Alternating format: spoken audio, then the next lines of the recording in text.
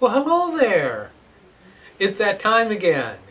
Yes, it is indeed time for the blog that truly blazes here on this beautiful day. It really is. It's gorgeous out there in South Florida on May the 1st, Friday afternoon of 2015. And as usual, I'm going to go over the energies of the end of last week's reading, what we're coming into now, and of course always most interesting to inquiring minds, what lies ahead of us at the end of this upcoming week. So do stay tuned. Indeed, an interesting ride. That's right. The first card is the last card of the previous week's reading. And this card was the Fool. Ooh. Freedom. Electric freedom. Transcendence. Rising above limitation.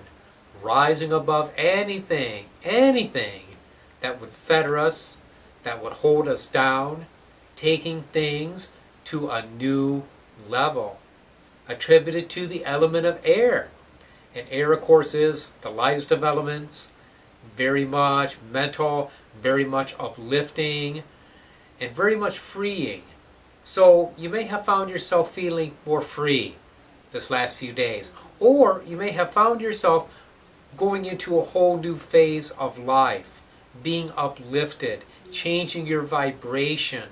This could have been on the physical plane, this could have been on the spiritual plane, but definitely it's a letting go of structures, which we had earlier in the week with that Tower card, if you remember right. Okay, we had that Tower, and that Tower is breaking everything down and making changes. So these changes and transformations have been uplifting to us, changing us for the better, and in some ways, in ways that may be unsettling too, as we are going to kind of see in the next card.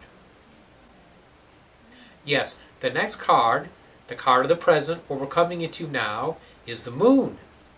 Now the Moon is not the most pleasant card in the Tarot, and as a matter of fact, the founders of the Golden Dawn, which is a great esoteric organization that our tarot attributes tend to come out of, saw the Moon as a most sinister card. Now why was that? It's attributed to Pisces. Is Pisces a bad sign? Of course not. There's no such thing as a bad sign. But the negative traits of Pisces, or the negative traits of the Moon card, could be self-deception, illusion, lack of clarity. And when you're doing psychic activity, being deceived is the last thing that you'd ever want to have happen. Not saying don't trust your instincts, but I am saying to you what's going to be happening here as we have had this electric freedom, as we have torn down structures. Now we're kind of like going to wander in the dark for just a little bit, because we have to find our way again. We have to find the path that's going to work for us. And that's going to take a little bit of readjusting. So I don't see this as a terribly negative card. It just simply means that we're going to be trotting in the dark. We're going to need more than ever to find our way, to focus, and we're going to be very focused by the end of this upcoming week, as we're going to see in the next card. That's right. The third and final card is the Prince of Swords. Now this would be like the King of Swords in the Rider-Waite Tarot. This is a very strong-minded individual. Somebody with a very clever head, very capable head on their shoulders, very capable of making decisions and sticking with them. The thing is, they can be severe in their judgments. They can be very strict. It's attributed to Aquarius. And I can tell you, being Aquarius sun sign myself, when my mind gets fixed on something, it tends to stay there. If I make a decision about somebody or something, it tends to stick. This is not always the best of things. Sometimes we need a little more flexibility.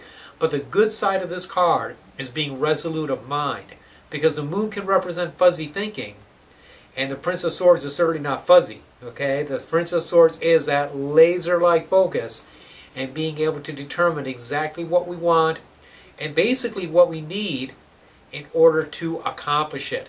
So you may find yourself going through a period where you're not clear on your way, but towards the end of this upcoming week, it all comes into a beautiful state of focus. So a lot of air energy and a little bit of water with that Moon card, Pisces being a mutable water sign. So there you go. The blog blaze, you blaze with it. Thanks for watching the blog that truly blazes. I love you. I appreciate your support. And until I speak to you next week, many, many blessings.